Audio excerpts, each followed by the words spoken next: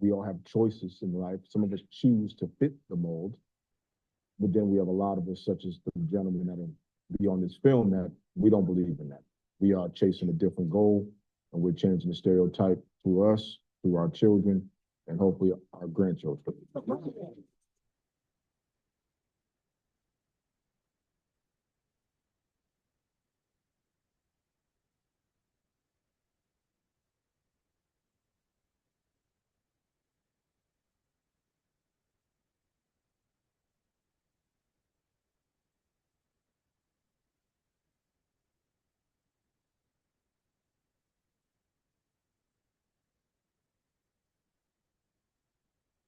For me, it's a little bit different as I grew up, because I grew up with both of my parents. They been married for 54 years. They actually retired about 14 years ago. They live in the Dominican Republic.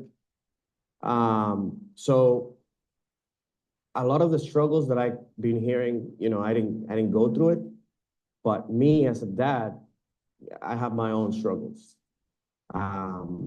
Especially having 3 kids with 2 different females, is very challenging. I grew up in Chicago, Illinois, where a lot of my friends and members of my community didn't really have a father figure around. I was fortunate enough to have a phenomenal father. So phenomenal that he was a father to me, and he also had enough to go around for the kids in my community. That stereotype didn't apply to me because my dad was always there. He was very, loving, strong and disciplined, but, not in a bad way, trying to guide us the right way. My dad, was always there. He's still there. Actually, I have a really good relationship with my dad and both of my parents. My father was in and out. Funny, we have a different relationship because I wasn't born out of 2 people coming together and choosing to make a child. I wouldn't say I was a mistake because God has his own ways, but it happened. My mom actually tried to do it her own way.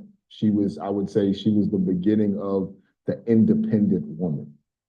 I'm gonna have this child, I'm not gonna tell him, and I'm gonna do it my way. One day she ran into my dad and he knew I was his son the moment he saw me. In my case, of course, it's not a case of being absent because I'm in my son's life. I'm in the home with him, and that's important too. I always made a vow, if I could, I didn't want to be a weekend dad. I didn't want to be a part-time father. I wanted to be there for everything, the good, the bad, the sick, the good health, the first steps, the first birthdays, even just everyday life.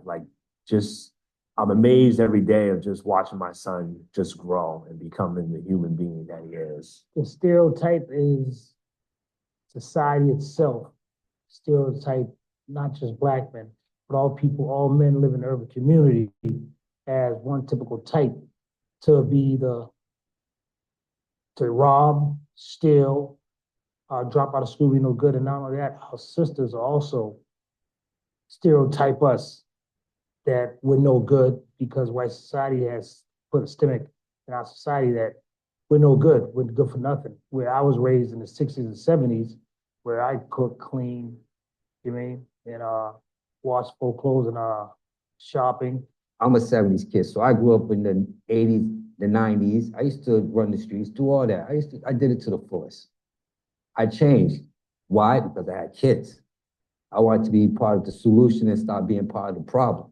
I went to school. I got a lot of trades under my belt, electrical. Nationally registered EMT right now as we speak. So I went from being part of the problem to being part of the solution. And that was also to show my kids that it's possible to change and be that role model figure. My kids will never have that misguided information that I had to learn from older guys in the neighborhood. And I always make sure that they know the love of dad. And I'm going to tell you the right thing to do. It may not be the thing you want to hear, but it's always going to be the right thing to do. And to make sure that if there's a pothole in front of you, you're not going to step in it. My job is to tell you, hey, there's a hole right there, go around it. Even if I have to step in it, as your dad, you don't have to step in. That is one thing I am trying to teach my godson, that he is not just a pocketbook, that he is more than just that. He is his mind, body, and soul. He is the essence of what a man should and will be with the guidance of the men that is in his life.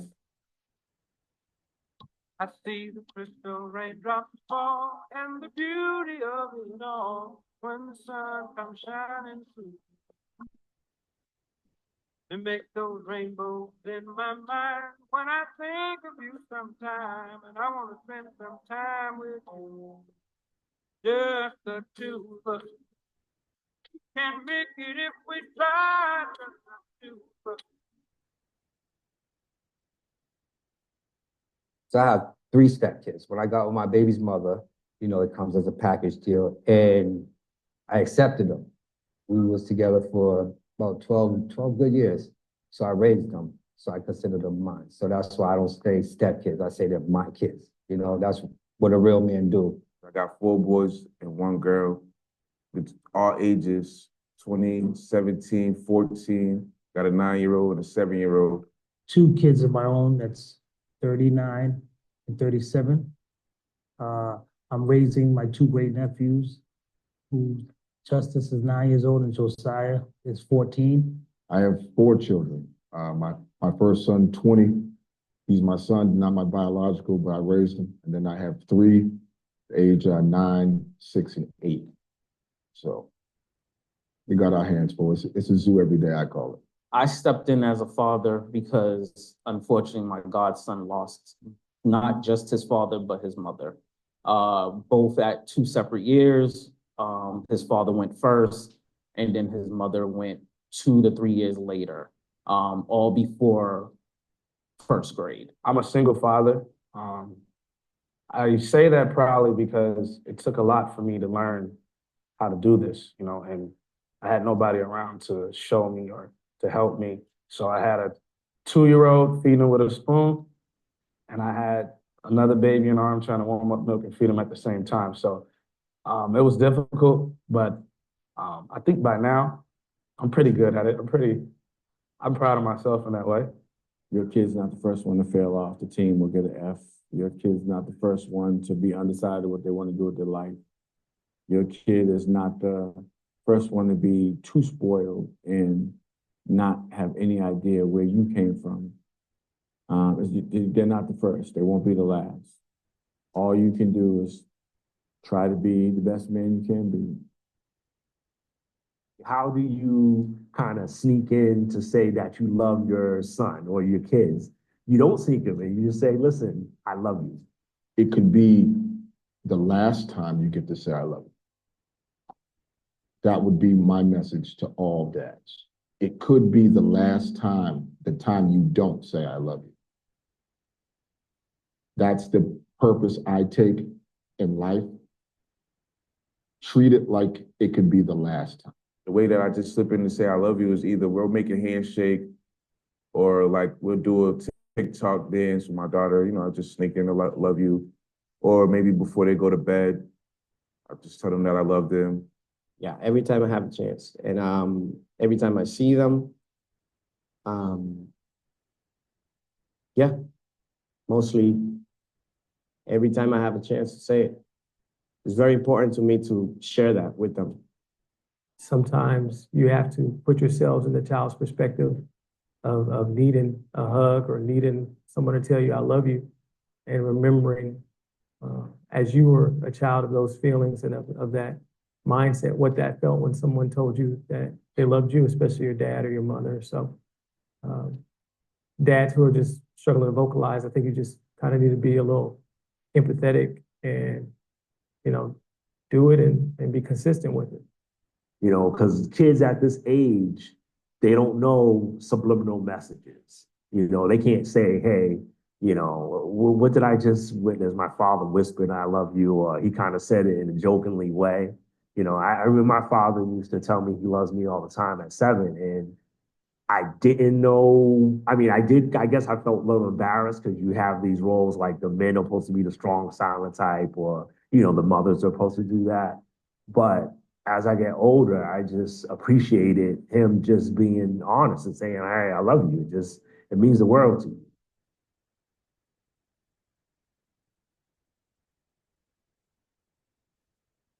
My son was diagnosed with autism at age 2, and I just remember feeling hopeless, not knowing what to do, what it meant, if there was a cure, which a lot of people think it is. It's a lifelong thing, and it's a journey. But I just remember him being 2, not being able to talk, and him turning 3, not being able to talk. And then it started getting concerning. By the time he was 5, there was still no words, but he was smart. He knew what he wanted. He knew how to do certain things. And that would frustrate him to know what he wants, but not be able to express it. And I can just remember us trying to figure it out. We did sign language. Didn't work too well. Just little gestures we tried to do. Pictures. Didn't work too well. Tried to schedule everything out so where everything just made sense to how he needed to do it. It didn't work as well. And then I remember one day, me and mom decided to ask the teacher who was in love with technology, who was just excels at everything technology. And we found out that there was a way that he can have a communication tablet. And I can just remember day one, he was putting together full sentences. And it was like, I was the proudest moment of my life. And he can talk to me. And that was how his communication was. We got a good thing, babe. Whenever life is hard, we'll never lose our way, 'cause we both know who we are. Who knows about tomorrow? We don't know what's in the stars. I just know I'll always follow the light in your heart. I always explain to my wife that when she does certain things, people say she's a Black woman handling her business, right? If she fails, it's because she didn't have, if she fails or she's struggling, it's because of I'm not good enough. So thank you for taking a look at this, these couple of images that I put together.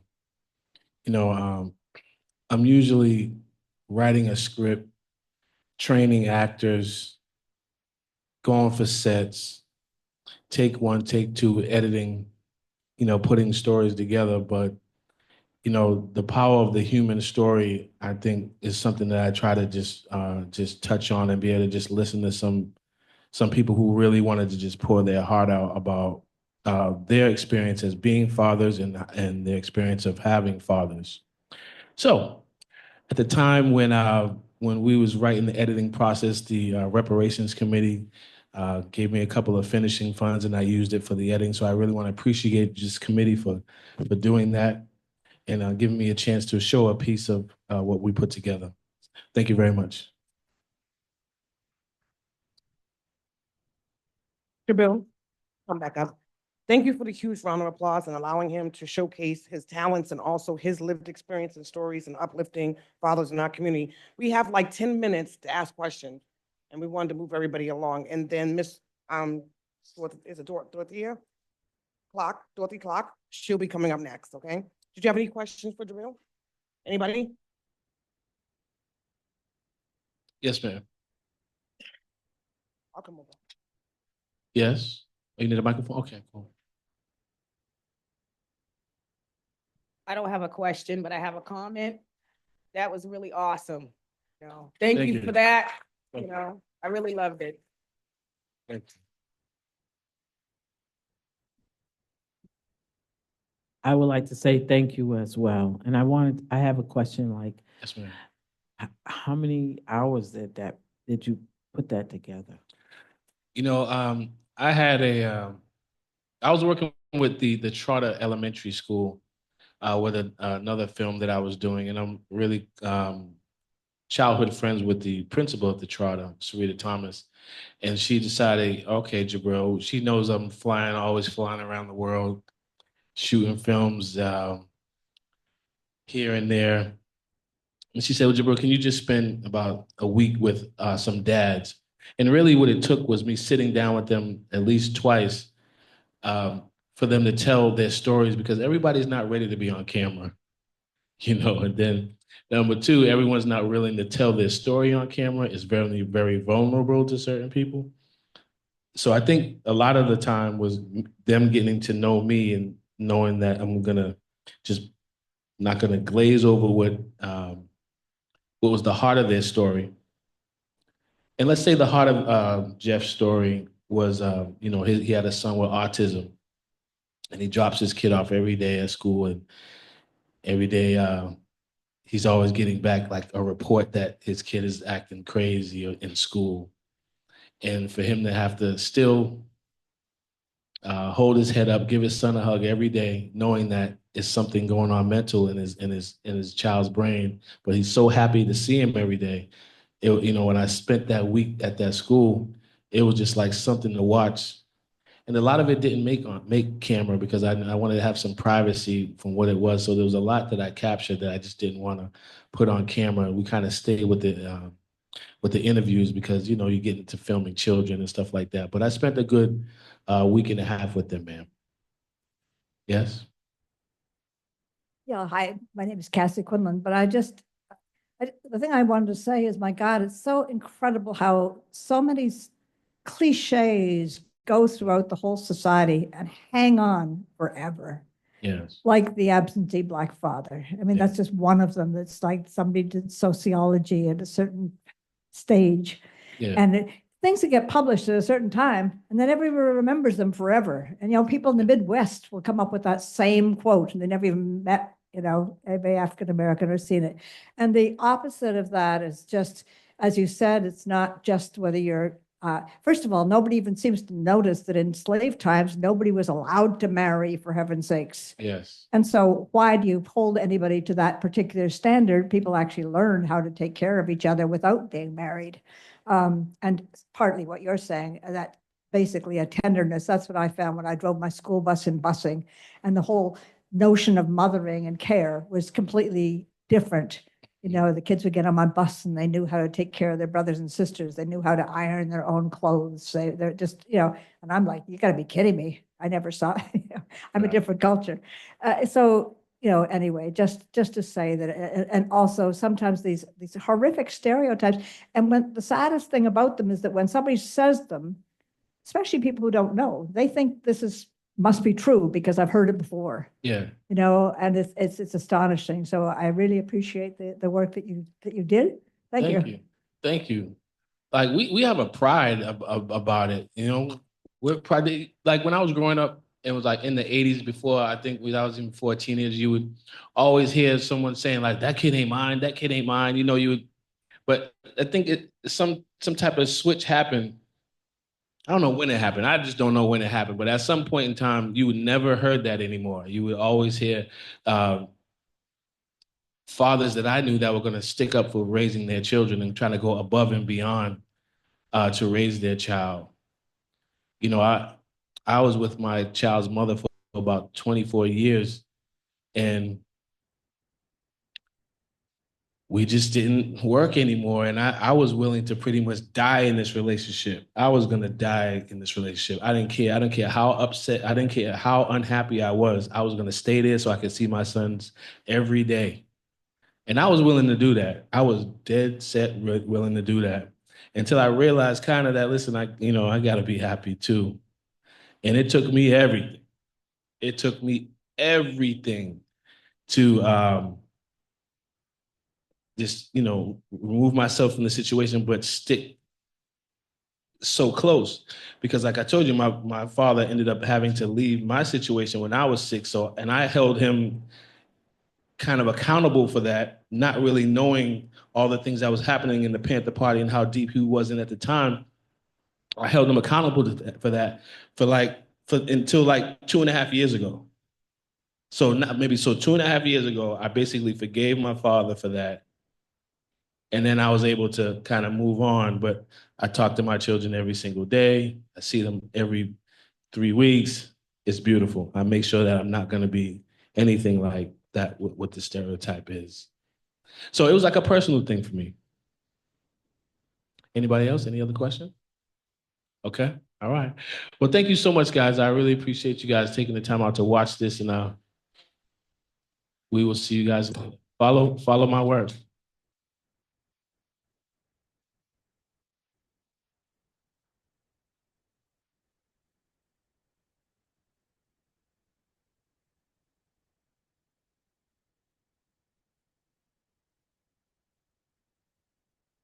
Hello.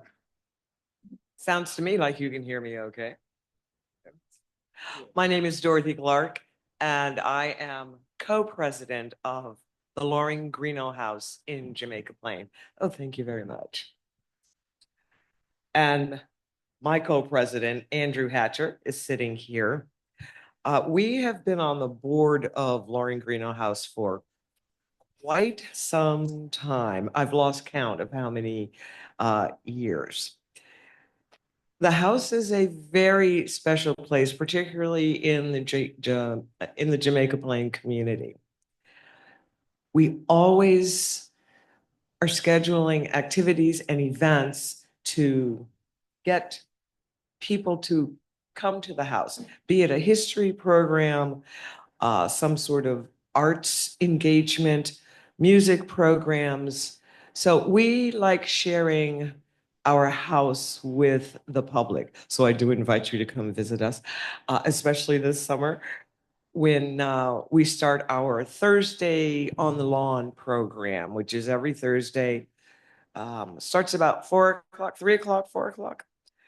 And it's just a fun time where you can get dinner, hang out on the lawn and relax. But for this particular event, we came together, we wanted to do something about, or for the whole discussion, the city's discussion about reparations and what to do with that. So we were fortunate enough to get a grant. So thank you very much for doing that. And we talked. What can we do? How can we get people to our house here, sit down, talk about issues? What do we exactly want to talk about? So we met on March 23rd. It was a Sunday afternoon, and we had a good group of people with us. First of all, we looked to history. And we had a co-presenter who's couldn't be here tonight because he's working and teaching. Christian Walks is his name. He is a PhD student at Harvard in the education department. And this is the sort of thing that he studies all the time, educating Black people, studying Black educators, digging deep into those issues that we need to teach ourselves about. So Christian was the lead for the most part in this program. And we started, well, that's Christian right there. Mm-hmm. So we started with a couple of questions. First, we started with a couple of facts, actually, telling our participants that slavery was codified, the first colony in what would be America. Slavery was made law in Massachusetts, first place. And it was sort of the first place to abolish slavery. Notice how I'm wavering on that, because the state of Massachusetts didn't just come out and say, okay, no more slavery, this is done. Everyone back then seemed to be into gradual abolition, or gradually getting rid of the institution of slavery. And that was in 1783.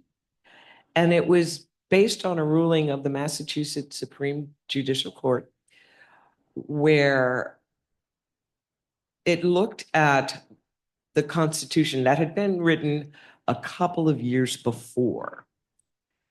And the Constitution basically pointed out that everybody should be free.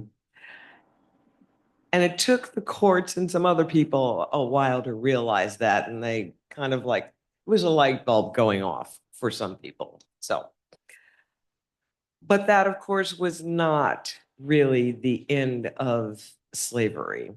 That was not the end of discrimination. That was not the end of bondage. It was not the end of many ills. They kept going on. People found ways, or I should say, colonizers found ways to get around enslaving people, holding them in some sort of bondage. So, in our discussion on March 23rd, we started with those two facts, and then the question, why, if slavery had been abolished, taken off the books in essence, in 1783, why are we still talking about its persistent effects? And sometimes it can be hard to know how to deal with those persistent effects, even difficult to recognize them, point them out, but they are there. And we're seeing kind of, let's say, a resurgence of that mentality, that kind of thinking. So one of the things that our moderator, our main moderator, Christian Walks, discussed with us was the word anti-Blackness, kind of as opposed to racism. Now, a lot of people use the word racism.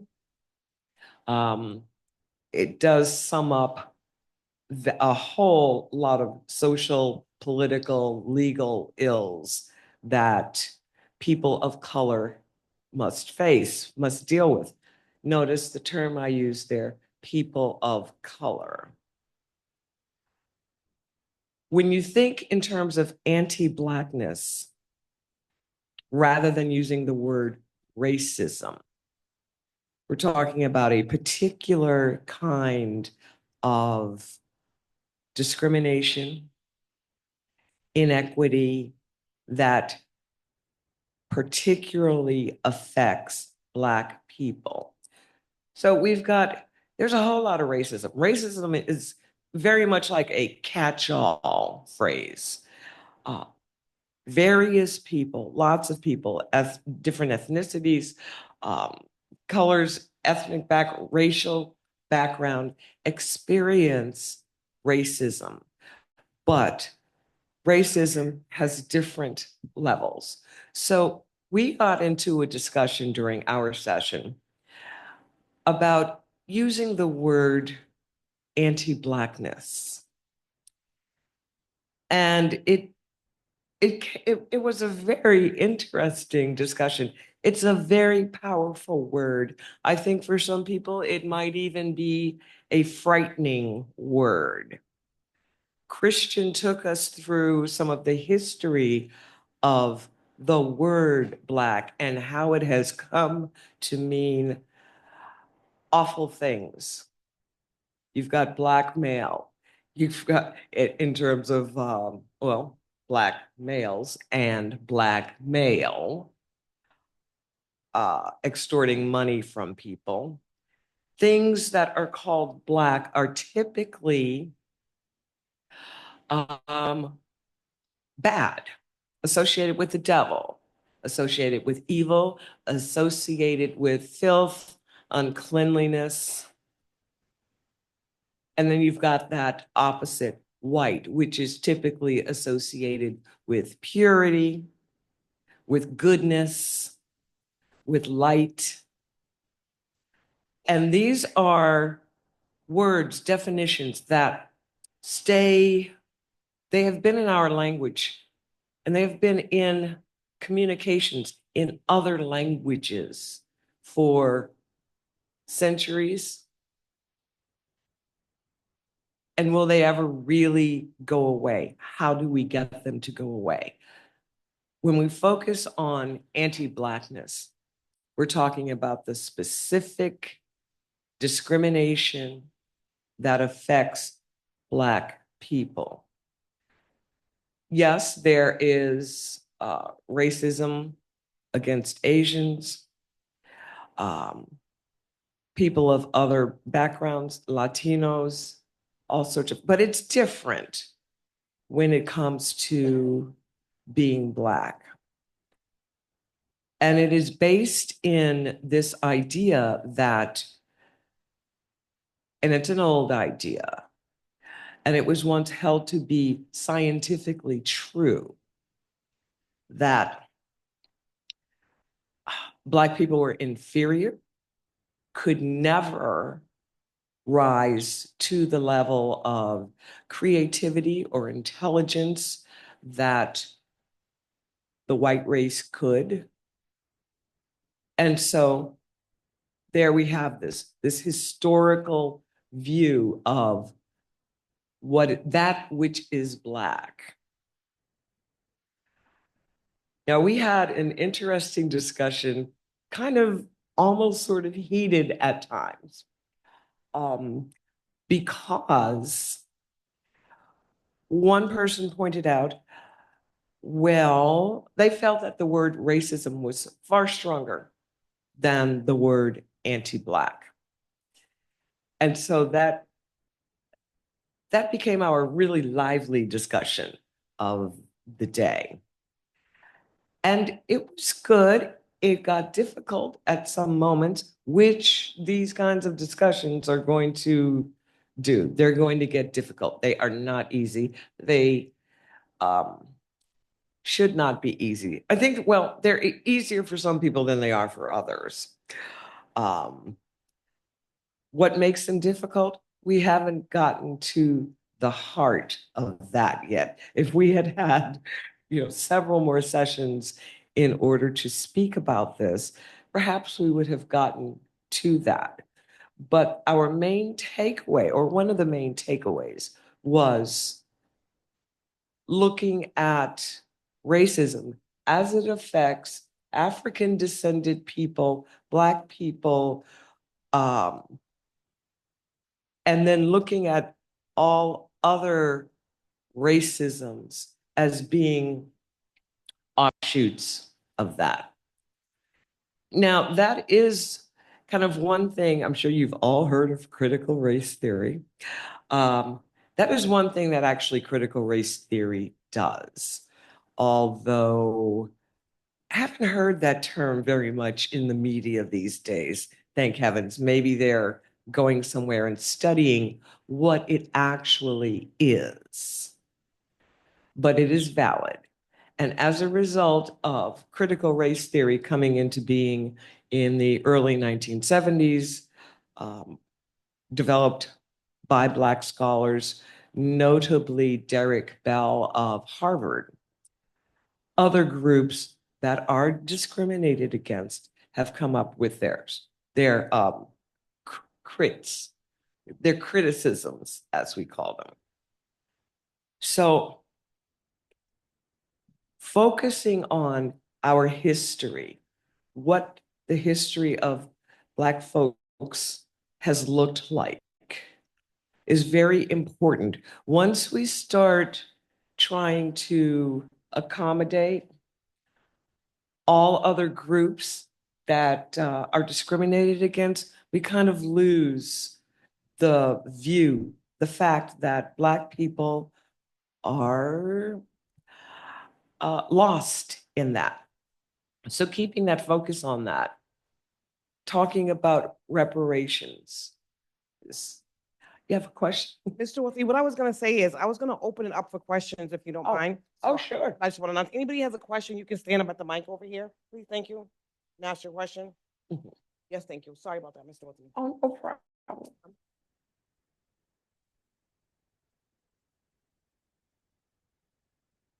So my question is, I know it wasn't you presenting the material, but what did he learn the most from the residents at the Loring House? And then like, what was the final like product? Like not saying Black, not saying Negro, not saying the different levels of, Blackness, I don't know, anti-Black. Final takeaway.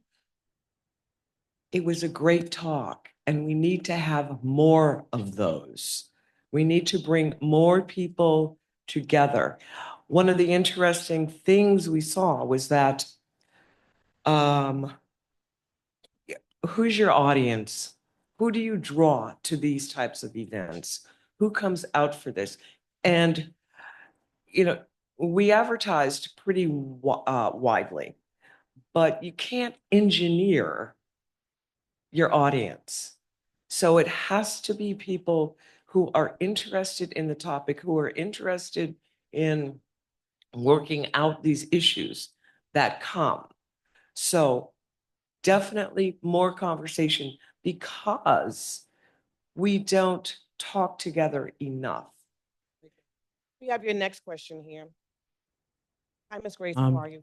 Good evening. Good evening, good evening. I just want to say that when you were talking about Black, that the judge wears a Black robe. Jesus was Black. The Black Madonna and child is revered around the world, and more Black power to you. Thank you for that. Yes. Can we get thank please you. give Ms. Dorothy a round of applause for doing her presentation? Thank you. Thank you. Thank you so much, Ms. Dorothy. Blue Hill Scott, the Beacon Hill Scholars are next. Hi, how are you?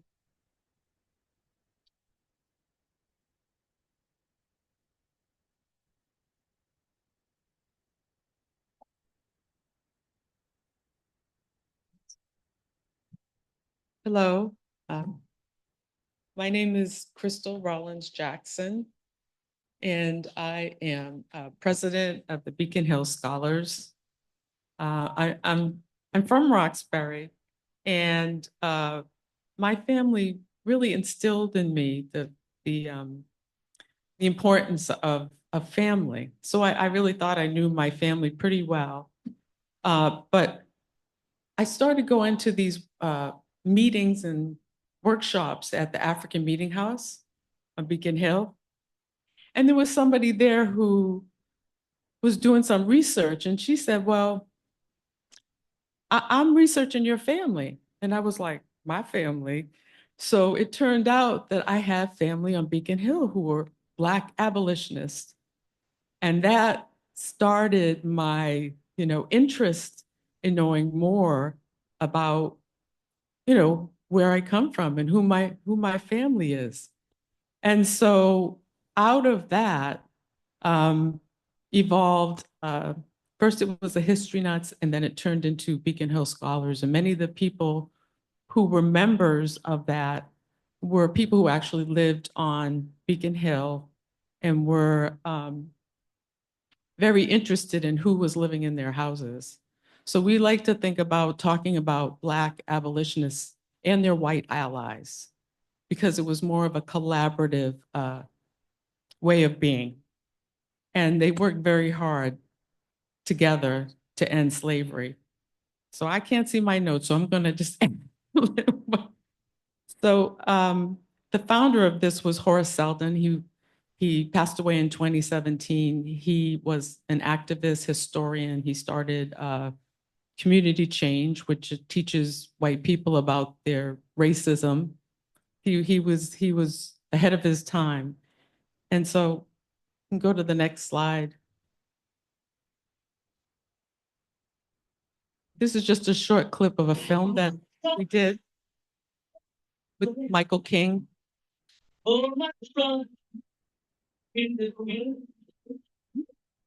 Welcome to Abolition Acre. And we were standing approximately where the present walk that we take comes to City Hall Plaza.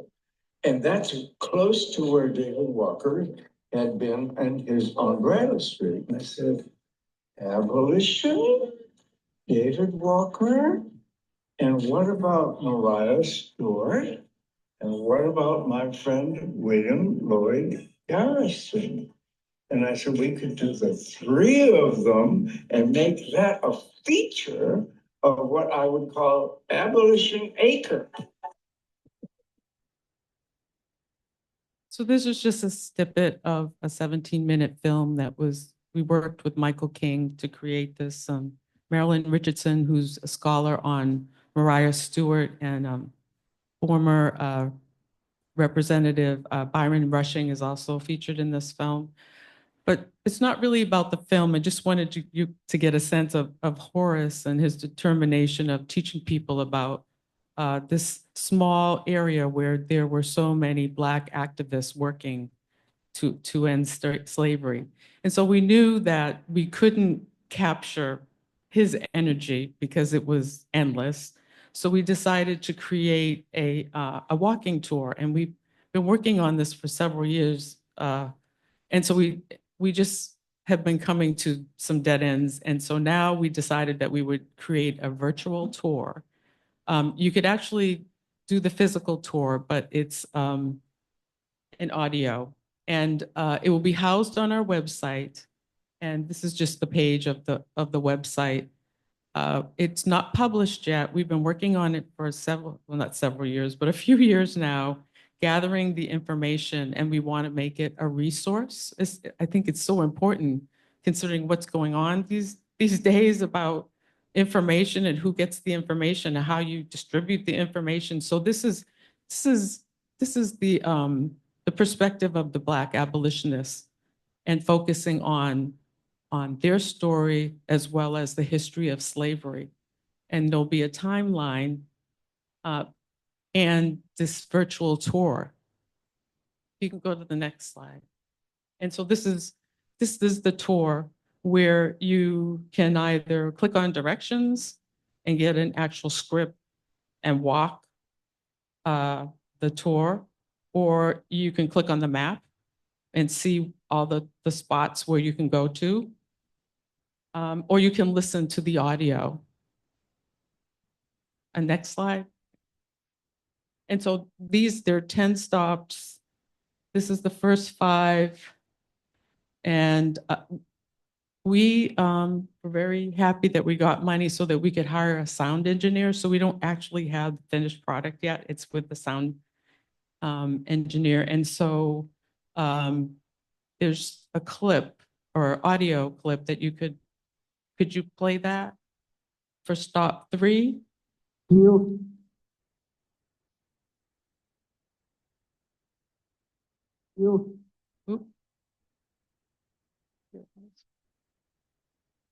That's 7, but that's okay. You can play that one first. It doesn't really matter.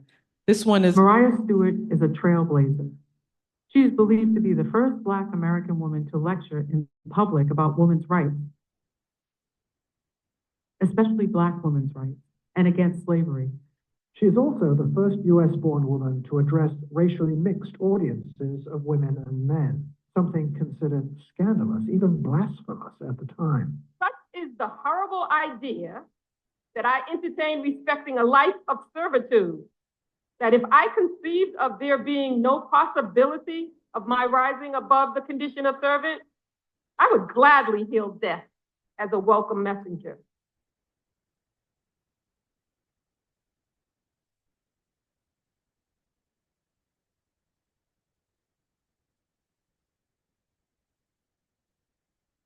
Appeal to the colored citizens of the world.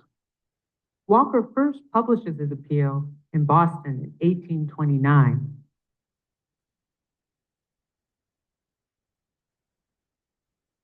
It is an impassioned cry to Black people to resist slavery, to educate themselves, and to unite against oppression. If you are anxious to ascertain who I am, Know the world, that I am one of the oppressed, degraded, and wretched sons of Africa, rendered so by the avaricious and unmerciful among the whites. If any wish to plunge me into the wretched incapacity of a slave, or murder me for the truth, know ye that I am in the hand of God and at your disposal. I count my life not dear unto me, but I am ready to be offered at any moment. For what is the use of living when in fact I am dead? But remember, America, that as miserable, wretched, degraded, and abject as you have made us in proceeding, and in this generation to support you and your families, that some of you on the continent of America will yet curse the day that you ever were born. So that was an excerpt from David Walker's appeal. And so I don't really have too much more to say. We should have this finished and posted on our newly launched website, I think by the end of May. And so I hope that you'll look forward and you'll take the tour and you'll look through our website and just enjoy the information that's available to us. Thank you. Can we give her a round of applause? Does anybody have any questions for Blue Hill Scholars? Any questions? You want to step up to the mic? I was asking if anybody had any questions for you. Oh, okay. Yeah, for Q&A. Thank you so much for presenting your project. We really appreciate it. Next is ADOS, American Descendants of Slavery. We have Mr. Reggie Stewart, who's presenting. I'm sorry. But do you want to, we can ask her at the end. Yeah, we have a Q&A at, yeah. Just when you launch your website, how will we know? Where are you going to advertise it? Well, one thing we could commit to is if we know, we can announce it at this meeting. So maybe if you can get that information to us, we can announce it here and put it on the website before the June meeting. Just send an email to the Reparations Task Force and we can update your partnership project on the page. You can let people know. Thank you so much. Yeah.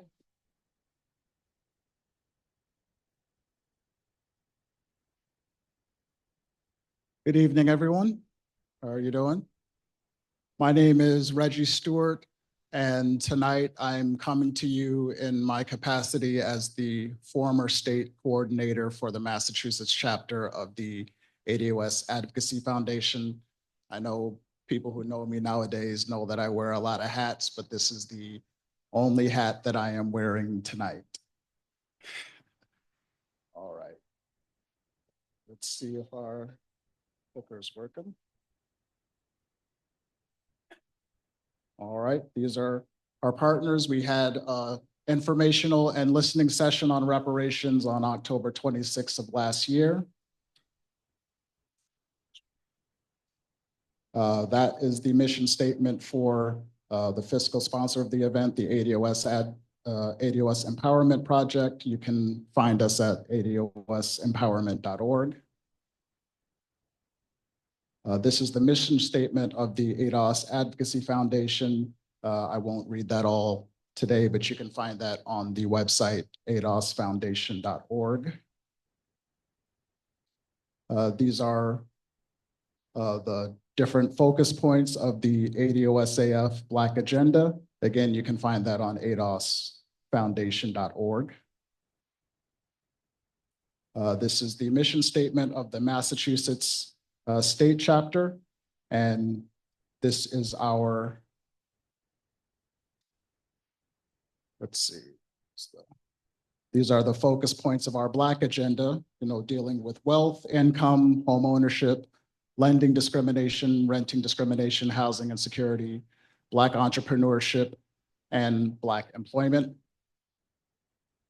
And again, this is where you can find more information on these organizations, adosfoundation.org and adosfoundation.org/MA.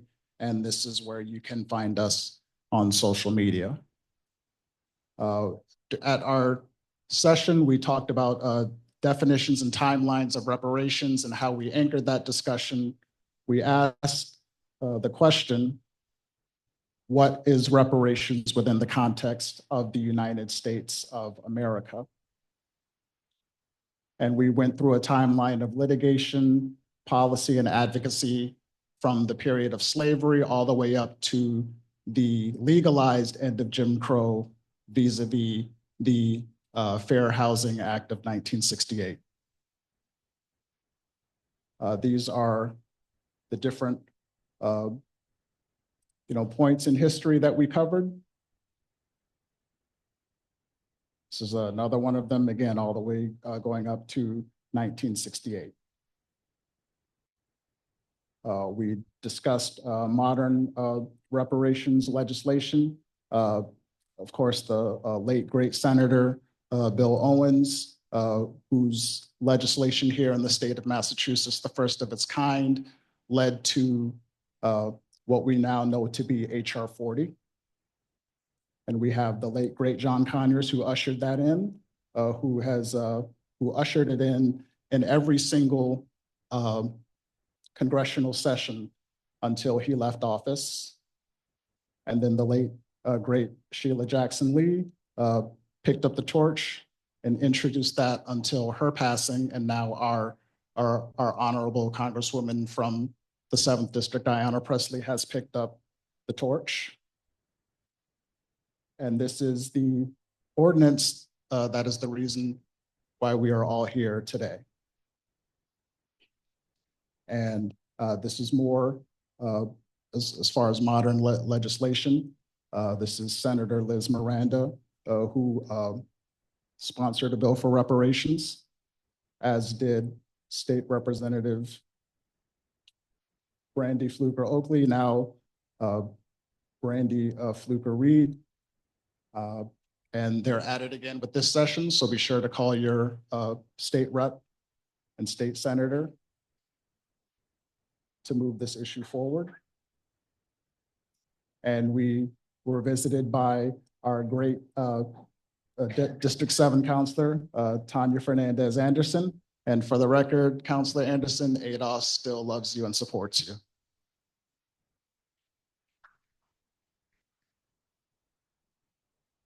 We talked about October 1989, the Charles Stewart incident.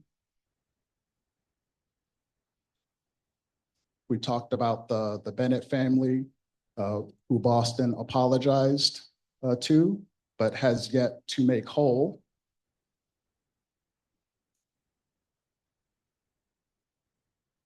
And we covered Joseph Bennett's organization helping young men and other returning citizens help get a fresh start. I just saw him the other day. He's still working. We talked about the elephants in the room regarding the reparations debate. And of course, the first one is, what in the hell is ADOS and how did we get here? That's top of mind for many. We dealt with one of the co-founders, Yvette Carnell, who was here for the session and gave remarks. And she began a discussion in 2010 around lineage and identity. The other co-founder, Antonio Moore, focused in on wealth inequality in a way that hasn't really been explained before, especially in the context of the consequence of slavery and the calcification of wealth, especially from 2000 until the present day.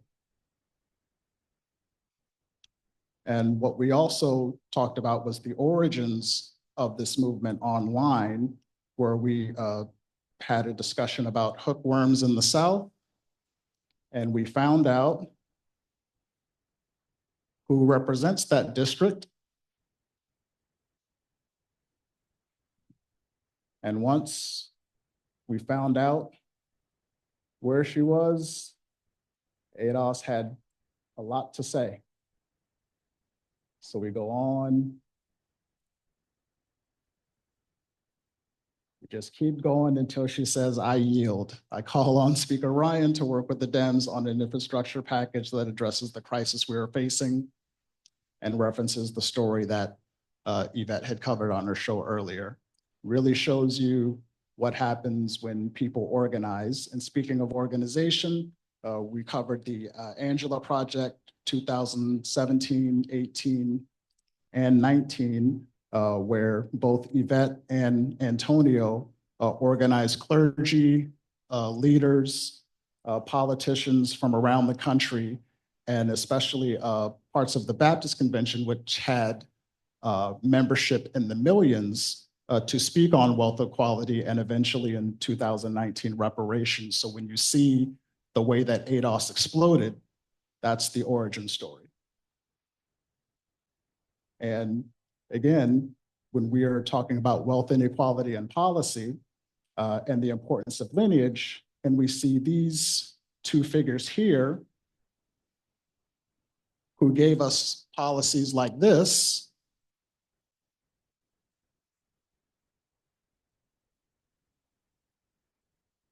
and in actions like this, and they try to trigger you in terms of your identity with displays like this. Of course, with ADOS in the room, the answer is going to be,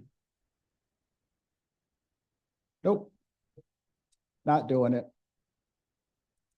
And so what we saw with Representative Sewell in Alabama plays out again, because this was happening. You had ADOS, a political movement for reparations, birthed out of and anchored in a unique and specific understanding of lineage and identity in the United States, wealth inequality, and the urgent need for targeted policy. And this comes right around when her first attempt plummeted. You see a spike in reparations conversation around 2019 as we get to the third Angela Project and activism online. There is a correlation here, despite what the party higher-ups may tell you. So when she pokes her head out, same thing happens. Not doing it, not doing it, not doing it. And it's ADOS. So that's how we got here. We also dealt with the party and their media machine's inability to accept what was happening or understand what was happening.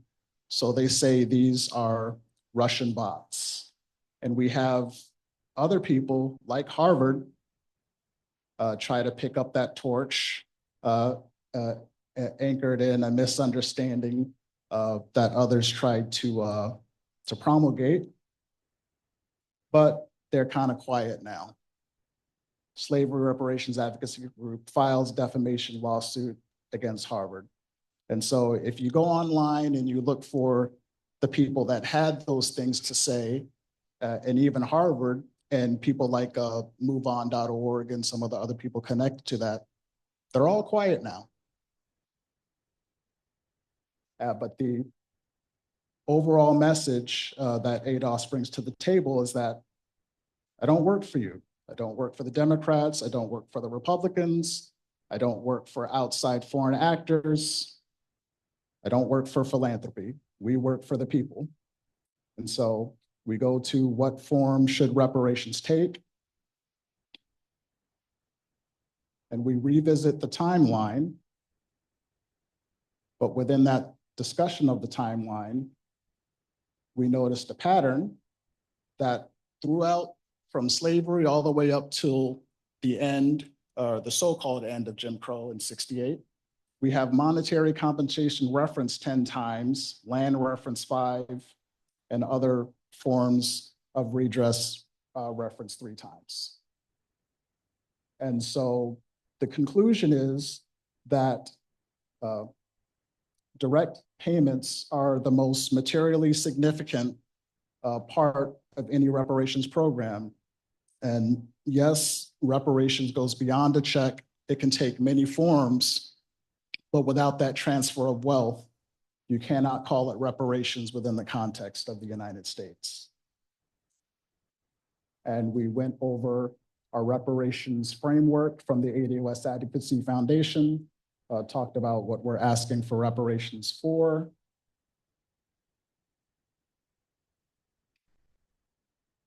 No more of the things that we're asking for. And these are the 5 essentials of repair: administrative, financial, land, education, and mental health.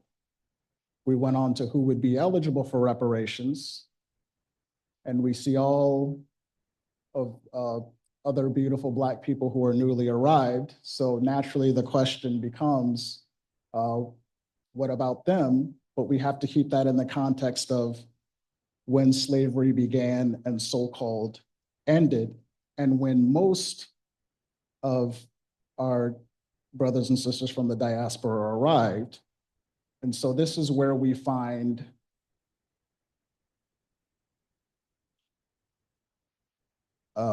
the international framework useful, because if you weren't here for slavery and there's no stolen wealth to repay within the United States, or compensation or rehabilitation or satisfaction, but you can stop what you're doing to those newly arrived. You can stop harassing them if you're the police. You can stop following them in the store. You can stop renting discrimination. You can stop lending discrimination. You can stop unequal treatment of our children in schools. So that's where we do that. And all of that, I'm not going to read all of that, but pretty much the ancillary benefits, especially in terms of compensation, would be felt immediately once that transfer of wealth hits the descendant community. Said differently, if the wealth gap closes for me today, I'm coming for all the roti, I'm coming for all the chicharron. For my Cape Verdeans, I'm heading straight to Caesarea, so that wealth is going to make its way around. We also discussed racialized tax taking. This is James Saucer Jr. This is some of all that he owned. And it was taken through tax foreclosures, through urban renewal. Some of you may recognize that street. And his children are still here. And what's tragic about this is that this very same property that was stolen by the city is now being presented to the people of Boston as a fix for the racial wealth gap. So you steal land from Black people and sell it back to developers and say, here is your redress. Insane. And so what we concluded is that in the same way that Boston Mayor Bigelow in 1851 upheld the institution of slavery by enforcing the Fugitive Slave Act, in a similar way, our current mayor upholds the vestiges through her housing policy. We also had a special panel of oral histories of urban renewal where we heard from former State Senator Diane Wilkerson and members of the Saucer family and some other folks. And here we were in July 2023, asking for a pause on this land giveaway. And again, in 2024, we're asking, yet we are met with silence. The whole time the mayor says, here's how we close the racial wealth gap. But in terms of closing the racial wealth gap, assuming this is the approximate number of African-American households in the city, to close the wealth gap would be a little over $14 billion. Only problem is that's 3 times Boston's operating budget. So obviously it's not very feasible that Boston would be able to come up with those funds in enough time that we need. But I know someone who does, and that's where we should, that's where we should have our focus.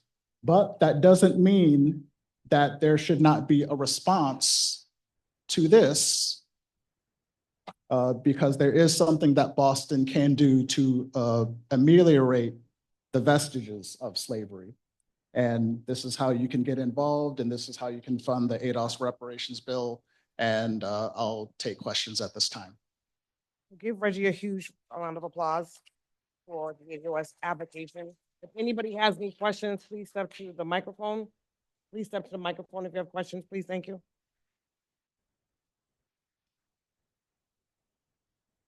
What's up, brother? How you doing? I'm good. You know, when you started talking about the urban renewal, you're talking my language. So I was gonna just not really a question, but the urban renewal might hurt me. Thank you. All right, thank you. It is actually a federal issue. The I-95 and I-695 that caused the urban renewal were federal projects. 95% of it was paid by the federal government with a 5% match by the city of Boston.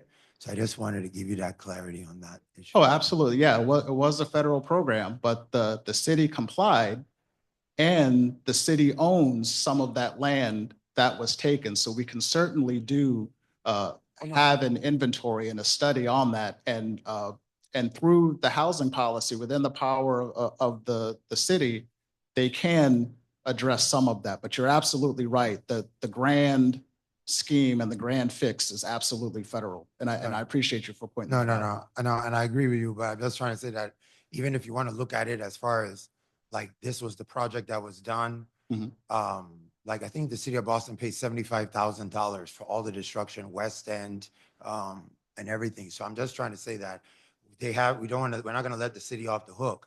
Trust me, I know. But I'm just saying that the overarching issue, and because of the size of the problem and the money that's required in order to solve the problem, it can only be solved, like you said, by federal. Absolutely, because I'm pretty sure the houses and businesses that were destroyed exceed that $14 billion that it takes to close the wealth gap. Appreciate you, brother. Next person, please. Say it loud, I'm Black and proud. I have questions. I wanted to know, one, your presentation, does it just based on housing? And I wanted to say, in your presentation, are people, first of all, that the Black community in Boston, from Roxbury into Dorchester, was a thriving Black community I grew up in as a child. We had Black businesses and Black stores. So just like Tulsa, the Black community was destroyed. And right now, 60,000 Black people have left the city of Boston. I want to make that point, and I want to link that point to Black people in the city of Boston also filed to incorporate our Black community as a separate city from Boston. So I want to make that point that needs to be addressed. And I also want to say that the harms done to Black people in the city in terms of the destruction of the Black family has to be addressed, and the destruction of Black males in the city and Black fathers. The city of Boston removed trades out of all the junior high schools. As a result, Black males are the only Black males in the world today without trades, without the ability to feed their families and feed and clothe their children. So that is that needs to be addressed. Also, crack and guns were dropped in our community. The amount of Black children that was stolen from their families and placed in foster care parent. We cannot overlook the destruction of the Black family as the Absolutely. worst horrible Holocaust in the world. I'm sorry to say, Yeah, yes. absolutely. Well, to answer your question, why housing, while we did cover the history of reparations advocacy, we went all the way back to Belinda Sutton's petition, and we ended with the Fair Housing Act of '68. But when we got to the housing discussion, it really seemed to energize the audience. So that's kind of where it kind of led. And it kind of seems that this is something that Black people in Boston really, really want to deal with. While we want to cover slavery, but as the brother pointed out earlier, a lot of these projects and policies were federal. But for a lot of people, it's personal because a whole lot of the children of the people whose homes and businesses were, those children are still here. And even some of the people who own those businesses and homes are still here. So they want to fix for that today. Yes, yes. So housing has to do with the family because the families live in the houses as well. So the family also needs to be included. But I really appreciate all the work that you did. It is phenomenal. I'm not criticizing your work. I'm just I'm just urging that we also need to focus on the destruction of the Black family because we need to rebuild the Black community. So I just want to mention that. And I also want to say, God bless the Gus Scott family because they owned this property that the city of Boston took by eminent domain. So the city of Boston took this building from a Black family, the Gus Scott family, and then they turned around and named it after our famous city councilor, Bruce Bolin. Big up to Bruce Bolin and the Gus Scott family. Thank you. Thank you. So I just want to make a quick statement. We started late and I'm going to make concessions for that, but we have one more presentation. Okay, so I just want to make sure that you guys have a specific question. I'll be quick. Yes, I want to know this, first of all, the research that you've done, is that on the website? I guess we could request that the task force, if they want to put these slides up, feel free. And there's also I submitted to the city a recording of the entire listening session. And again, if the task force and the city see fit, they're absolutely free to publish that. And if y'all wouldn't mind publishing that, so that the people can access all the research there. The other thing was that when I was a grad student at BU, I was part of the African-American students who did research over this urban renewal, and that never got back what we wrote up. Because we went around and interviewed people who were in the process of being displaced. That work didn't get to the city, although it got to BU. Okay, Do you still have it? No. Oh. So can I make a I'd love statement? to see it. Everybody who is a community partnership has a contract with the city of Boston and was paid a grant or either received a contract from them to perform services. The city of Boston owns the property and will be using it and us making our recommendations for reparations. And that was the whole purpose of us being able to engage with the community and having them do the project so they could have input on our recommendations. So they will be showcased. We just didn't want to showcase them before they did the presentation.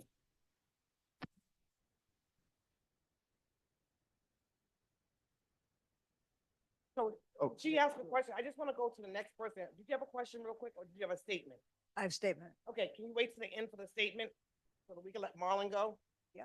I'm going to give like maybe 5 minutes for people to make statements at the end, if you don't mind. It's just related to what he was talking about. Is it a question or a statement? It's a statement related to what he was talking about. So we can have community statements. It's just that we want to make sure that each presenter was supposed to get 15 minutes and we are now at 20. That's fine. But we want to make sure that this gentleman does his presentation and then people who want to stay can stay.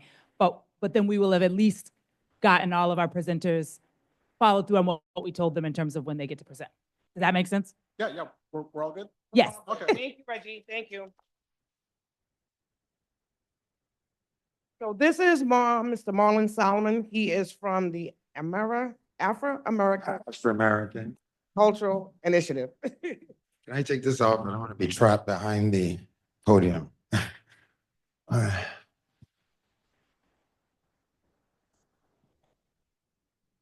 Well, how's everybody doing? We're not going to sit here in this dark. Y'all might fall asleep. I need y'all to stay awake. All right. Anyway, so I can introduce myself until they hook it up. So my name is Marlon Solomon. I am the founder and senior project engineer at the Afrimerican Culture Initiative. We are a Boston-based nonprofit. We do work in cultural engineering of like spaces like hubs, right? Cultural hubs. So like an African-American Chinatown, so to speak, right? Oh, you need my pin. All right, hold on. No, I'm black and I'm proud.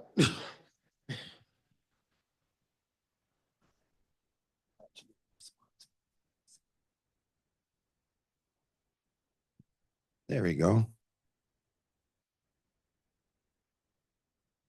All right. So like I said, yes, I'm an engineer, I'm a civil engineer. My work primarily has to do with restorative project management, which is a field of study that we are working on independently. We don't have nobody. We are the organization. It's an African-American organization. And so restorative project management is about building community through infrastructure development and looking at, so basically, we are working on projects in our community that actually are doing reparational work now. We are not waiting for anybody. There's no need to wait for anybody. We do projects that involve low tech, very inexpensive solutions in order to achieve the goals that we're looking for. So the first thing that I wanted to just really talk about, so what I always start my talks off with, what don't we know that we should know? All right. They've been erasing history for as long as we've been here, right? And that question means that there are things that have been erased from our cultural memory that we may not know how to enact, right? Not saying because we're not trying, not because of anything, but just because of certain information gets lost in the time. All right. So when we think about the cultural erasure that is happening in our communities, remember, what's the saying? If you don't know where you're coming from, you don't know where you're going, right? So I was very pleased to hear about the Mandela City. I find that piece of Boston history to be tremendous, all right? Because that is an expression of African Americans wanting the number one cultural artifact, which is land, a place to practice, a place to be, a place to grow, right? A place to have family.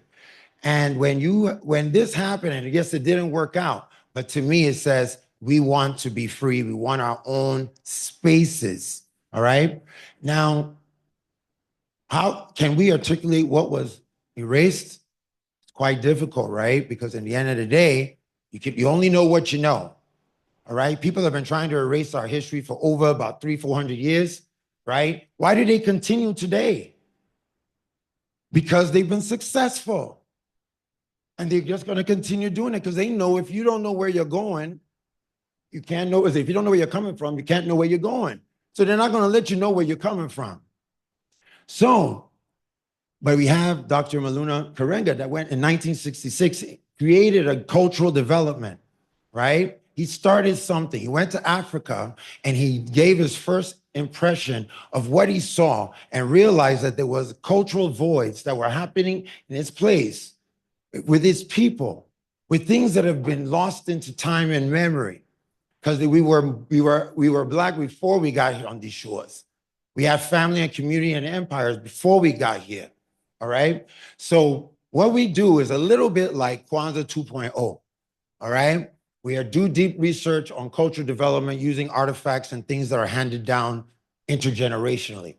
So now I'm an engineer, so they couldn't put me in front of people, and I'm not going to show you some maps. So this is the 1938 Boston Red Line map, and this is where we are right in here. All right.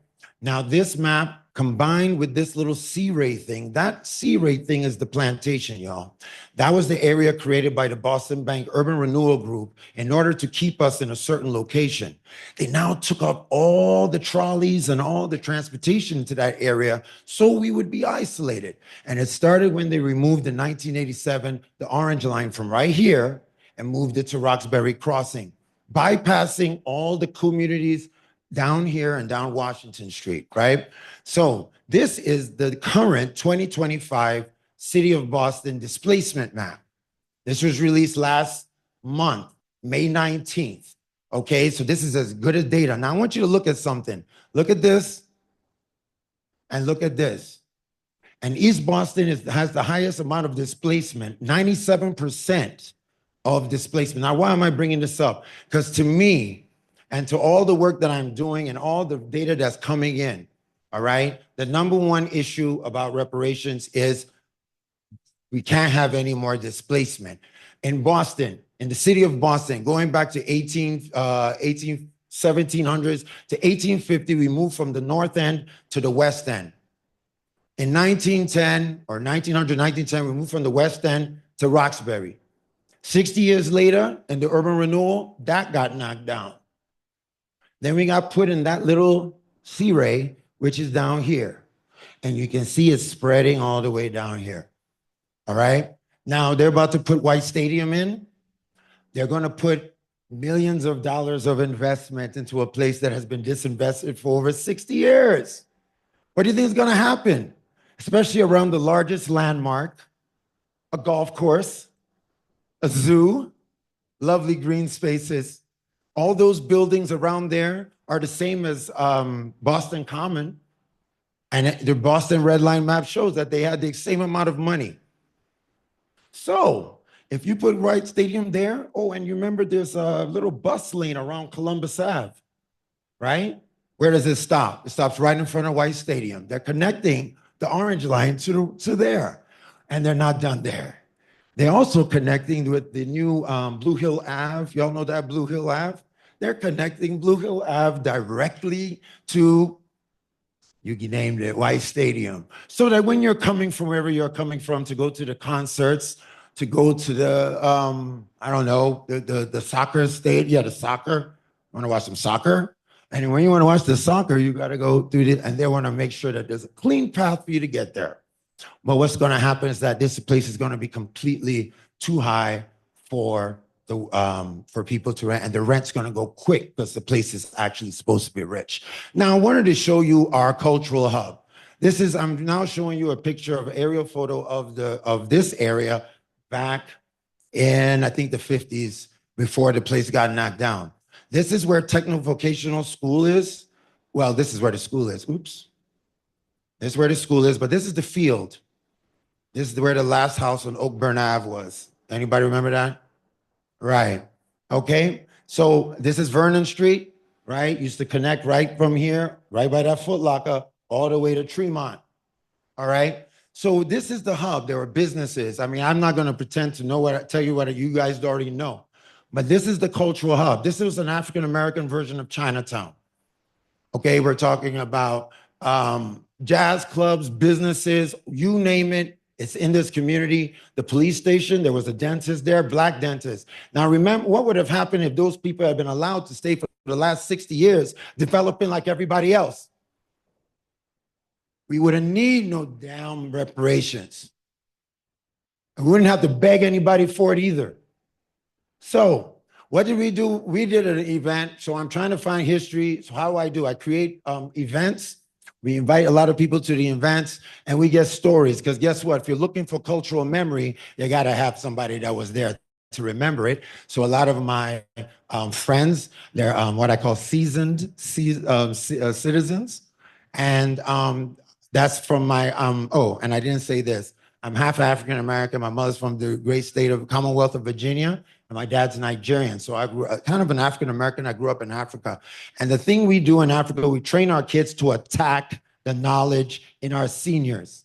I'm not playing with that. I'm not like we teach them to investigate and crack, because guess what? In Africa, there was no written language. So it's only oral. So that means that when I see my senior, I'm going, I need to get that information. Oh, So what I do, I bring people together in community. You know, we have Councilor Julia Mejia there, and Reverend Kelly, who is in the civil rights movement. This is my main man, Lou Finfer. My guy, this guy is a freedom writer, like no doubt. And then we have Ebony Gill bringing in the young Boston Urban Archives. But a month from that, we now take that information that we get from these informational sessions, and we have the Afrimerican Academy, which is a summer program that teaches young people the African American history and turns them into tour guides. We have tours. We have to take this history and we have to make money from it. I'm not sitting here waiting for no damn reparations. All right? So what do? I get we have New Guinea Joy. That's North End and West End. Once Upon a Time in Nubian Square. The Roadmap to a Beloved Community, which is the kind of joint lives of the African Americans and Jewish communities that did live in unison and were separated and pitted against each other by redlining and urban renewal. Now, we teach our kids how to be advocates because, you know, these days you got to be on social media, even if you're doing the tour guides. We're bringing people into our community to spend money, all right, and to go to our restaurants and to learn the history of our people on our land. I also do a lot of digital storytelling. I'm releasing our 2-part documentary in Juneteenth about, and that's Reverend Chauncey Moore. He'll give you a good story about uppity Black folks in Roxbury back in the day. He's 100-year-old. He's a 100-year-old Roxbury resident, lives right there on Charlotte. Miss Helen Guilford, that's the Coast Cafe. If you know anything about Boston, Riverside Coast community, 70% African-American back in the day, all right? So we're talking about, I'm getting history. These Eva and Walter Clark, they were the 2 siblings, and they're the children of the Clarks that lived on the last house on Oakburn Ave. And for those who don't know, when they leveled the whole place, they owned their home, so they couldn't level their house without negotiation. And let's just say Mama was a bit stubborn. She wasn't trying to sell nothing, right? So that's a little bit about that. But now I want to talk about the program that we do, one of the projects that is near and dear to my heart. Like I said, I'm bicultural, and this program is the first program I ever did with the Afrimerican Academy. We give away a free DNA test to African Americans in Boston every year, right? And this is not the 23andMe. We go to an African American company called African Ancestry. They'll tell you your tribe, and they'll tell you you're not, because you have to understand, Africa, those countries are fake news too, all right? That was only 100 years ago. So, I mean, what is it? Nigeria, that's why when they tell you the 23andMe, they give you 2% this and a 0.5% that. You can go to blazes with all that because we want to know the tribe. When we get the tribe, we even connect you with people from that tribe in this country now until you can talk to them, because we're still oral tradition people and we should never let anybody forget it. So we have a mission statement here. I'm not going to go over it, but our mission is to establish cultural rights and reparations for African Americans through reconnection, education, and repair of systemic cultural erasure. So we study things that I'm telling you, Tufts and Northeastern not even looking at. How many of us, how young, okay, if you were under the age of 10, when your parents give you the talk about racism and African American, about being an African American, you found that they say, you Black little boy, you better watch your step. How you can raise your hand. If you were told under the age of 10, you were given the talk, or if you've given your children under the age of 10, whether they're Black for their safety. That's the data I want. And that's the data I need from y'all to help me contribute so I can continue to develop curriculum. So why is that important? I used to teach at Boston Day and Evening Academy, all right, just down the street. And you would be surprised how they try to teach our kids that are coming from tough environments that have already been told to talk, and they're talking to them like they're little kids, like, hey, little boy, I know you're screaming at me, but I'm like, you better talk to that boy like he got some sense. They're crippling our kids because they're scared to tell them to sit their butts down and listen.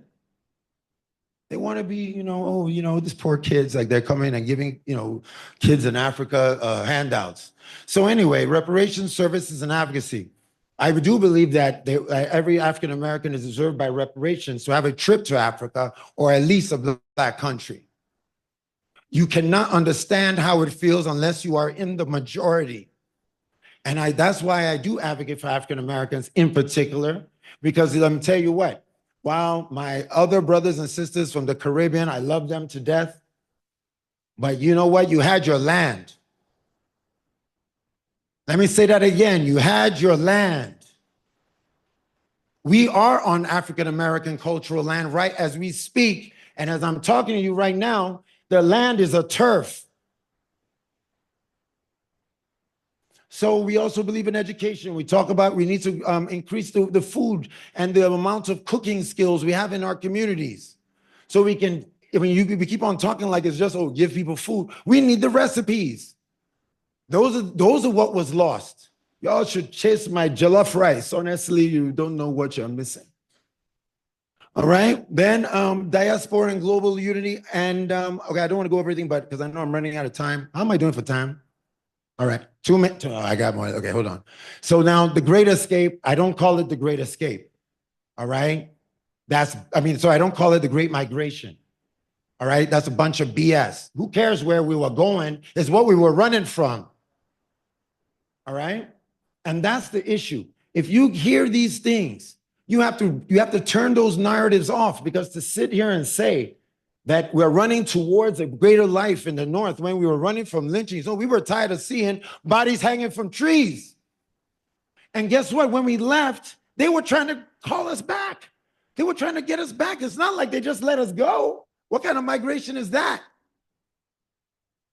All right. So we need to connect ourselves to our Southern roots as well.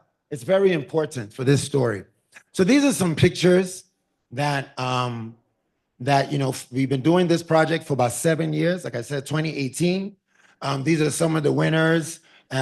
This is these two young ladies tested positive for Bamileke of Cameroon. And then this is their culture guide, who actually took them out and gave them something to eat from their culture and stuff and cooked. They had time with the family. So these are real projects. All right, these are our winners. Michelle, she couldn't be here today. Shireen, Jessica, Stacy. So every year, Melanie, Giovanni, and Winston. And then we have a couple of people here, and in fact, our own dear Antonia. We have some people here, Gabrielle and Samantha. Hey, y'all. And Justina, sorry. All right, my bad. And they are here because they're in the new competition that we're doing to give away. We're going to give it away in Juneteenth. So you can please copy this QR code. They're looking for a donation because we want to give all of them DNA tests. That's the new format we're doing, and start this level of discovery for them. So without further ado, I hope you enjoyed what we had to say today. But remember, y'all, this is African American engineering. You cannot sit and expect people to design places for you. All right. Now, let me tell you something. People that cannot dance. Listen to me very well, Lou. Let me bring my Nigerian accent so you can understand the words I'm saying. All right. Now, I'm telling you, people that cannot dance will not build dance floors in your community. People that have no seasoning in their food are going to give you those little tiny cabinets to put your seasonings in. Then my mama got cabinets seasoning halfway across the whole room, because they didn't design it for your amount of seasonings. They designed it for salt and pepper, a little butter. I'm killing myself. So please support our organization. All right? Y'all stop laughing over here. Y'all making me look bad. But but for real, we have a real work to do. And this is reparations you can get involved with now. You don't have to wait for the report to come out. We're already working. I'm training my work staff this year. I'm already training young people to be tour guides this year. Not next year, not 2 years, not 5 years. When is the reparations going to come out? Anybody want to guess? We can put some wager on it. 10 years? Okay, who thinks it's going to be 10 years? 15 years? Okay, 15 years, we get reparations. We got 2 going once. 20 years?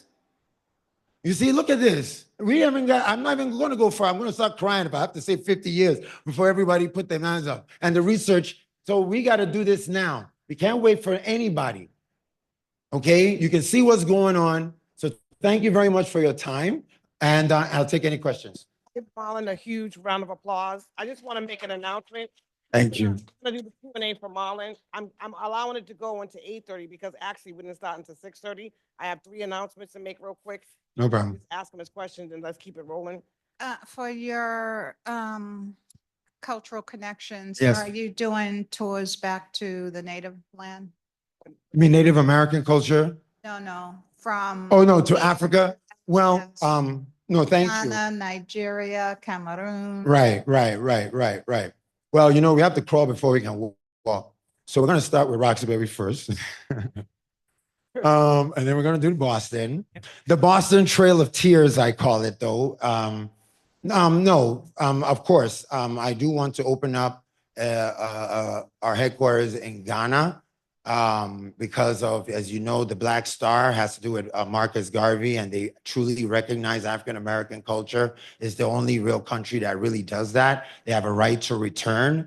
But, you know, where are you going to get that information, right? So we need to let people know that this is accessible, right? And we need to create the infrastructure to educate people so they know, okay, you can go back to Africa, you know, because the first thing is that I don't know nobody in Africa.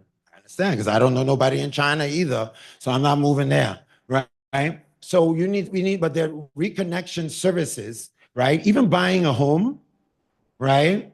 Things like that. Because you'll be surprised at the big property you'll buy in Africa with the money you're making here. If you want to retire, right, you can go join WB, right? You know, and these are the things that we believe are part of this reparation. Y'all, please, it's more than just a check. If you're looking for the pursuit of happiness, like I said, if you can't if you've never experienced it, you can't really understand it, right? You know, how can you articulate something you've never experienced? Like me trying to tell any of my beautiful mothers in the house today that, oh, I know how to, I've read a book about, you know, giving birth. It can't happen. Sit your butt down, Marlon. This lady right here. Yeah, go ahead. Want to speak, and this lady right here is going to ask a question. Oh, we will. Ma'am? Yeah, go ahead. Good. Okay. Actually, I'm glad that you spoke first. I'm excited to hear what you're doing. Thank you so much. I'm okay. All right. Thank you. Can we put the lights on now that we Can don't you have hear it? Yeah, we can put the lights on. I can hear it echoing. Okay. Anyway. Go ahead. Right. I am an immigrant. I understand that immigrants have a role. Immigrants teach wonderful, wonderful things. I was the first. On the other side, I drove with busing, and you know, I'd learned, a therapist said, well, if you want to learn about this culture, go learn. So I learned from Black women, to the history of Black women. I also joined I also drove the BU shuttle bus. I was the first, and the Black Gospel Choir was on the bus. And I said, my God, where'd you get that music? My father used to play drums in the basement in Canada, and to some of that music from the Dixieland. But anyway, so I went to their practices. I was invited. I was the first white person to join them. Because I was at so many practices. One day somebody said, when are you coming? And I said, I don't know, who, me? Anyway, but the point is, after time, more and more people came, more white people, more immigrants. After a while, the exact same choir with the exact same music, almost, right? But it was different. It's immigrants doing it. They imitate. I imitate. We all imitate African-American culture. And you watch The Voice, people can do it. I need to say this, but well, okay. The thing that's confusing, the world doesn't know the difference between an immigrant Black American and an African-American Black American. Right. Okay, so I love what you're doing, as long as, to me, I love immigrants and they need to keep identifying themselves as immigrants instead of saying, like Kamala did in the beginning, that she was a usual Black woman. I recognize her mannerisms. I grew up in Montreal, the same place that she went to school. I recognize those are all my mannerisms, the way she acts. Right. You know, that was What's the question? I just want to get your question. It was kind of a statement. It's just about the erasure. Oh, sorry. Thank you. But anyway, the erasure happens, you know, when people imitate. And there's nothing wrong with it. It's just that we have to watch out, because by now, all the institutions use white mechanisms to hire people to whatever. Look at the movies industry, and with Cynthia Erivo playing Aretha Franklin. What? How did that happen? How did that even happen? You know, it just should never have happened. And it should never have happened, Daniel Leo and all the rest of these people playing Martin Luther King. Why? This is insane. Okay. Well, there you go. no problem. I'll respond to this by saying that, okay, I get what you're saying, and you're completely right. And African Americans do have a specific special place in this place. But I just want to say, so how would I separate a Jew from another white person? Ask them a little more. The Irish. Okay, so that's the same thing we do for African Americans. Well, I know, but how can we say it more publicly when it's taboo to mention anything? I don't know. Well, in our community, it's not taboo. I know not in your community, but it sure is in the suburbs. They aren't talking about anything. Well, there's not much Black anything going on in the suburbs. Well, okay, I don't really, it sounds like. Can I just have this lady speak because she. Right. Exactly. Right. Thank you. And also, okay. I was trying to praise you and say thank you for what. No, I appreciate it. Thank you so much. I appreciate it. That's more of the culture saying changing their habits. It has nothing to do with Blacks. So Right. This is not even a Black issue. This is all about culture. This is not about race at all. Go ahead. I just wanted to, I didn't hear any talk about the projects, Mission Hill, Jamaica Plain, Orchard Park. I didn't hear a lot about that. And we were like in fishbowls. I grew up in Mission Hill and we're surrounded by all the hospitals, Wentworth and, we're surrounded by everything, especially in Mission Hill. My sister, I want to apologize for not mentioning them, but I kind of because I had a little bit of time, but I showed that area and all those, that was the area that those places were. So I apologize for that, but go ahead, sorry. So I guess I just wanted to put that out there, but I did want to know how I can reach you. I'm not gonna hold up. Oh, no, we have information there. No problem. We'll get you, and she can take Asia's with me, so we'll get that information for you. Yeah, I definitely wanted to include, there needs to be some sort of segment or something about the project. There's families. Right. You can go, like we have a Mission Hill reunion every year, and there's families. If someone dies, we're there, and that's where we need to come together. No, it's very important. Yeah. I've learned so much about during the research of these communities. I learned that we used to send, in this very community, you would send young women to go and pick up the children while the older women are working, and then they are taking care of the children and they're cooking for the whole block. Is that not true? Something like You know what I'm saying? Like this is, well, maybe not the block, but yeah. What I'm just saying is, I romanticize our history. I'm not scared to do it. I wanted to end with us being in these projects. Yes, ma'am. They trespassing Yes. were passed out. Right. And that's how a lot of our men went to jail. Yes, They were arrested. They, Charles Stewart didn't just deal with the Stewart family. He dealt with that whole community. Right. Right. That's all I want to say. All those are very good. No, one of the things that I found, and I can't really prove it because there's no evidence, but I do know that rap founded 50 years. And I believe it's a lot because of Connolly's and all those locations. There was no place for our young people to practice music. So then they sat on the corner and they listened to their artifacts and their, the old records, and they created rap. So, and that's 50 years. And that happened right after the urban renewal.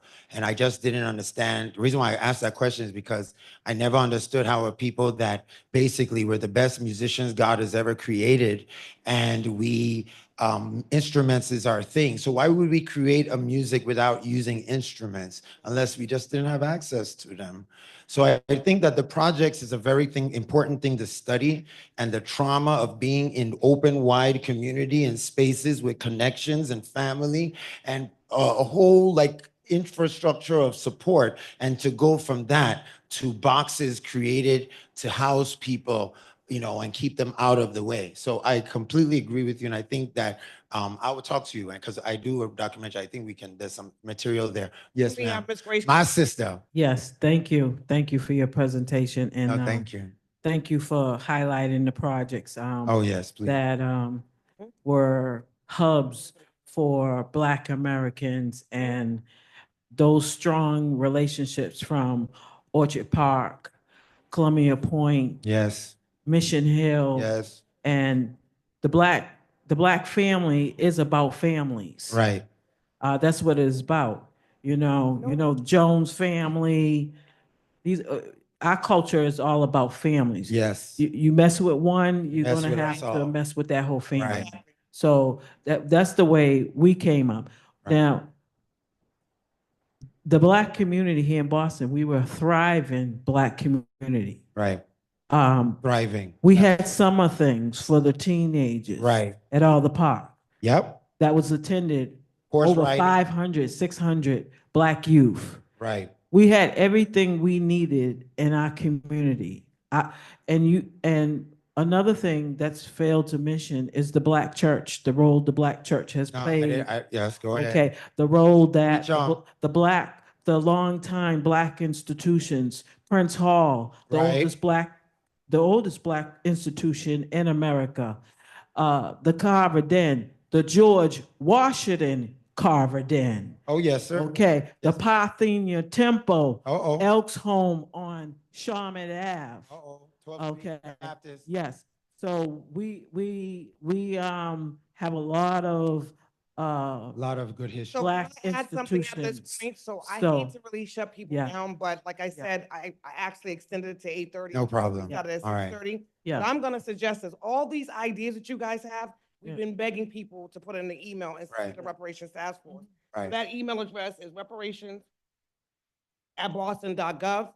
Put in your ideas as to what you think should be a part of reparations. Send it to the task force. It goes to Khalid, it's on the record, and it's what we get to talk about. I just want to make one or two statements on behalf of our chair, Mr. Fisa. He's not here. I just want to say that I listen to the community. One of the things that they asked was that we have a consistent calendar throughout the year. We have that calendar. Khalid is our project manager. He can only upload 1 month in advance at a time. So you will not see a whole calendar for the whole year. You will see the next month's event. The next month's event is May 12th. We're going to do the same thing, showcase the project, community partnerships like we did tonight.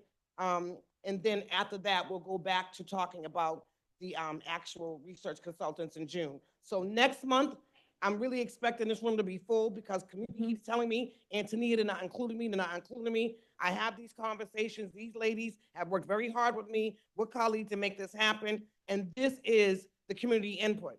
The projects, the people who came here tonight are the community. That's what they said. And if you want something different, put it in writing, but at least support them because they are the ones who answered to the contracts and to the grants, and they did the projects and they did the work. So if you want something else to be known or to be spoken about, send an email, but also support them. So this is a part of community engagement. And so the city wants to see actually what the community had to say. And so you have to respect each person's input, their projects, and the work that they put in to be here today. So we're gonna do this again May 12th. So Okay. I just want to say, Thank you. even though they may not be posting it, it's going to be generally the second Monday of each month. So we're trying to put it at the same time so that you have an advance notice and you generally know. So October is the 1 month where that won't be true. Okay, good, great. These dates are up. So please, now we have it so that you can plan in advance. I know getting something at the last minute doesn't work. But this way, now you'll know in advance. The only one is October 14th. That is not going to be the date. We're going to have to change it because that is Indigenous Peoples Day. So we have to figure out if it's up or down. Oh, that's the one that's already changed? Okay, so the 8th. So it's not the second Tuesday. It is the 14th. It is the 14th? It's the 14th. It's the 14th. He already changed it. Okay. So I want to thank everybody again for coming out tonight. I really appreciate everybody coming here. Thank you for supporting the other people that did the projects in the community. And please remember to send your emails and then come again on May 12th. Thank you so much. Have a wonderful evening, everybody. One last thing. I'm sorry. I don't want to take no food home. Make sure you take all the food, Oh, take it with say you. what again? Share it with the community. Yes.